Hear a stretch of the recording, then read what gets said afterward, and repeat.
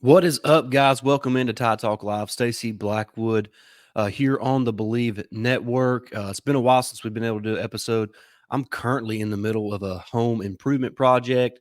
My son's playing baseball, so the schedule is full right now. But do want to get out this episode today to talk about the men's basketball team who got the big win against Charleston on Friday night, moving on to the round of 32 where they'll face Grand Canyon on Sunday night there in Spokane. So we're going to be talking about the win on Friday night, and as well as a little bit of a preview of the Grand Canyon matchup. But as always, please do make sure to like, share, and subscribe to our channel today here on YouTube. We're also free and available on Apple Podcasts, Spotify, Amazon Music, just wherever you find your podcast, you can find Tide Talk Live as well. But looking at this game last night against Charleston, one of the better games. Don't let the final score fool you if you didn't get a chance to watch the entire game. Alabama dominated Charleston really from about the majority of the contest. I mean, they win 109-96, so just it's a 13-point win. But when Alabama was playing real ball with all their starters and trying to win the ball game, still they were up by as many as 30 or 31 points. So with about 5 or 6 minutes left to go in the game, 8 minutes to go in the game. So just a really dominant performance for Nate Oates and the Tide. Of course, Mark Sears was just incredible. I mean, 30 points, just a phenomenal performance from Mark Sears. They say that guard play wins you games in March, and you saw that last night with Mark Sears having 30, Wrightsell having 17, Estrada having 13. So, those guys combined for 60 points. And then you look at the effort that Alabama was able to get from the bench players. Jaron Stevenson with 7, Mo Diabate with 6, Mo McGee with 6, Nick Pringle with 5. So the bench was really important as well in the win over Charleston. They were able to shoot, almost, I think, 56% from 3, going 13 of 23. The free throw shooting was not there, even though they got to the line 37 times. But just an offensive clinic for Alabama. They break the record for most points in the NCAA tournament game in Alabama basketball history. So that's huge. The defense for the large majority of the game, outside the last, say, 5 minutes of the game, the defense was really solid for Alabama. So they got better. Coach Oates has talked about really since mid-February when Wrightsell got injured, that this team is different when Wrightsell is healthy and not on a minutes restriction. And, once Alabama got him back, then Griffin was out for a little while. So now that this team is kind of finally healthy and you can play those 4 guards with Grant Nelson at the 5, this team is so tough to defend. And they space you out. They have great, creators with Mark Sears, Latrell Wrightsell. Rylan Griffin is able to get his shots. So this is just a really good scoring team, a great scoring team. In fact, probably the best scoring team in Alabama basketball history. With reaching 100 points, that they broke the SEC record for most 100-point games in a season. So this team is just an offensive masterpiece, really, and it's led by Mark Sears, who is maybe the most underrated player in college basketball. I mean, you look at a guy who just can get to the basket at will. He gets to the free throw line. He's over a 40% three-point shooter. So he is a great guard and does a great job leading this basketball program. So great win for Alabama. Like I said, they move on to the round of 32, and they're going to draw 12 seed Grand Canyon, who was able to upset St. Mary's there on Friday night after Alabama took down Charleston. So looking at that game, Grand Canyon is going from playing one of the slower tempo teams in the country to now they're playing the fastest team in the country. So it's going to be an interesting turnaround for Grand Canyon. And don't let the name Grand Canyon fool you. Look, that team traveled. I don't know if you got a chance to see that game, but they had a ton of fans there. They're going to come out in support on Sunday night as well. So it's going to feel more like an away game probably for Alabama, because I'm pretty sure Grand Canyon fans outnumber Crimson Tide fans there in Washington. So that's the interesting part as well. But you look at this matchup, and Grand Canyon is one of those teams who, they're a really balanced team. I think they're in the top 50 both offensively and defensively according to KenPom. They get to the free throw line at a tremendous rate. They get 25% of their points from the free throw line, which is good enough for 4th in the country. So Alabama is going to have to play defense without fouling. And that, this team has been known to pick up a lot of fouls, But if Alabama can defend without fouling against Grand Canyon, they're going to have a great opportunity to have success against the Antelopes. But that's going to be a lot of fun. You look at some of the important ingredients for this game for Alabama. I think if Alabama can continue to shoot the ball well from three, they're going to be tough to beat. I mean, 13 to 23, 56.5%. You can't expect that to be duplicated in the round of 32. But if they can shoot 45%, 40 to 45% as a team in this tournament from the 3-point line, they're going to be tough for any team to beat them because their ability to make shots and not only make shots, but then shoot the ball well, when they attack the rim. And even last night scoring 109 points, they missed 13 free throws. So a lot of points left there on the floor. So this team is capable of putting up a lot of points, and if they can continue to shoot the ball well from three, they're going to be tough to beat. Grand Canyon, though, like I mentioned, they're a physical team. They like to get the free throw line.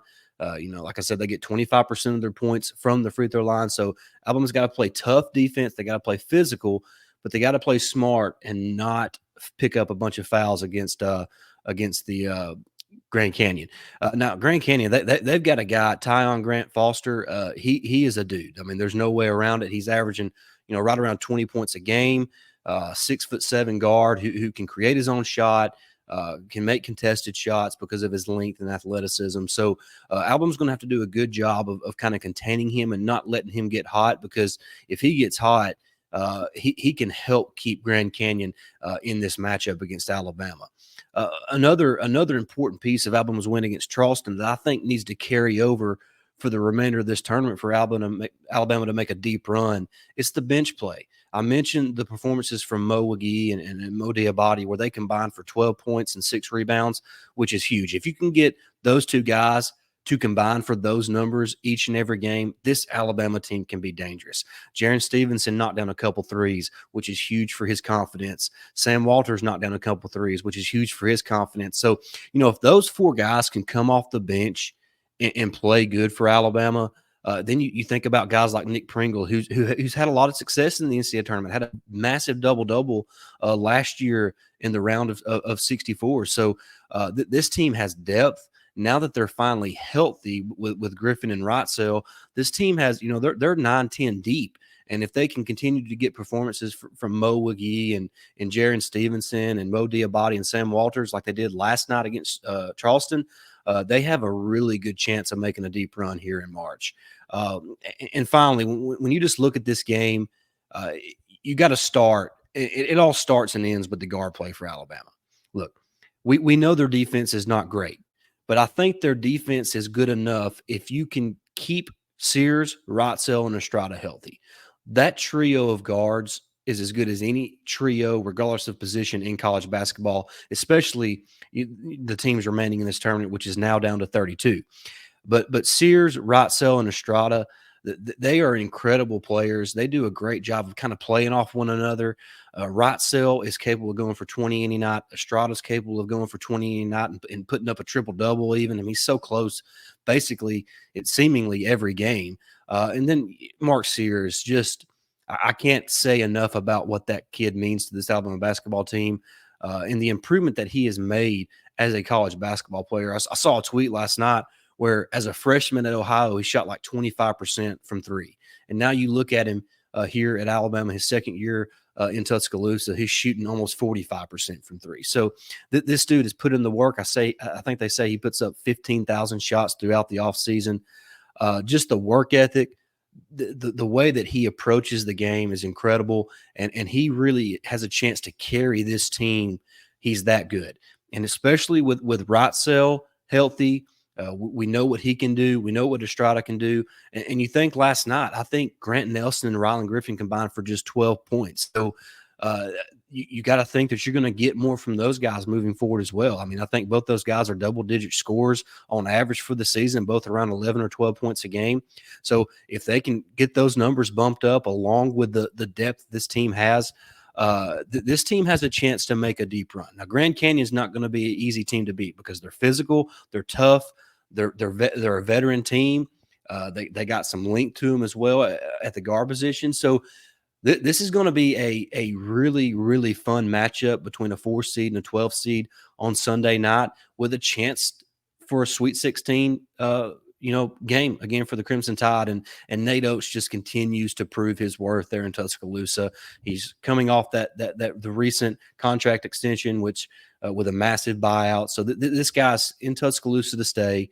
I think you could make the argument he's a top 5 coach in college basketball, maybe even top 3. This dude has done an amazing job in Tuscaloosa and just continues to get the most out of his team. Despite their defensive deficiencies, this team is in the round of 32. So they're without question one of the top 32 teams in the country. And with a win on Sunday night against Grand Canyon, have a chance to advance to the Sweet 16 for the second time, for the second consecutive year. So just a great job from Coach Oates. They just continued to get the most out of this team. And what was really going to be, I don't want to say a rebuilding year because that's a little bit of an exaggeration, but this team has overachieved. I know defensively they're not where we would like them to be, but now that they're starting to get healthy, when Estrada, Sears, and Wrightsell are healthy and playing well, this team is as good as, they can beat anybody. They can beat anybody. That includes Grand Canyon. That includes, possibly North Carolina in a potential Sweet 16 matchup. So you're looking at a team that could make a pretty deep run here in March because that trio of Estrada, Sears, and Wrightsell. But really excited to see what they can do. Tip off is tomorrow night, probably around 6:45. Depending on the time the game before them ends. But a lot to look forward to. We're going to be here throughout the remainder of the tournament. Hopefully, Alabama can continue to win and play next weekend as well in the Sweet 16. Also, shout out to Christy Curry and the women's basketball team who beat Florida State yesterday and will play number 1 seed Texas on Sunday as well. So congratulations to those ladies who've had a really fantastic season for the Tide as well. But that's going to wrap it up, guys. Thank you so much for watching. Please do like, share, and subscribe. We are on the Believe Network as well. Proud of that. Also, please jump in the comments here on YouTube. Give us your thoughts on Alabama's matchup with Grand Canyon, and if you think they're going to advance to the Sweet 16, give us a Y for yes or an N for no, and give us a Roll Tide and tell us where you're watching us from. That's going to wrap it up, guys. Thank you so much for watching.